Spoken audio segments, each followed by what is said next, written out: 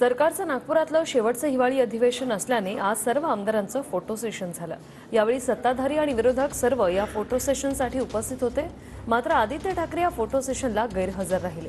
घटनाबाह्य सरकार असल्याने मी फोटो सेशनसाठी आलो नाही असं म्हणत आदित्य ठाकरे यांनी सरकारवर निशाणा साधलाय।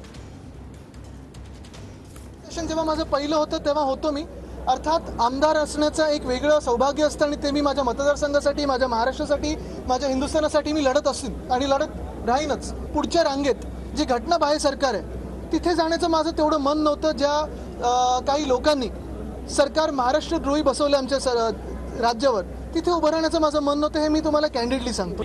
मला कुठेही उभं करा। माझा पहिला फोटो पण जो होता जिथे माझे स्वतःचे वडील मुख्यमंत्री होते तेव्हा पण मी शेवटच्याच लाईनमध्ये होतो। लाईनीचं मला काही कुठेही तुम्ही उभं करा, मला काही त्रास नसतो। त्यांनी वेदांता फॉक्सवर महाराष्ट्रातून पळवला, एअरबस टाटा महाराष्ट्रातून पळवला, ह्यांच्यासोबत उभं राहणं मला बरं नाही वाटत आणि म्हणून मी आलो नाही।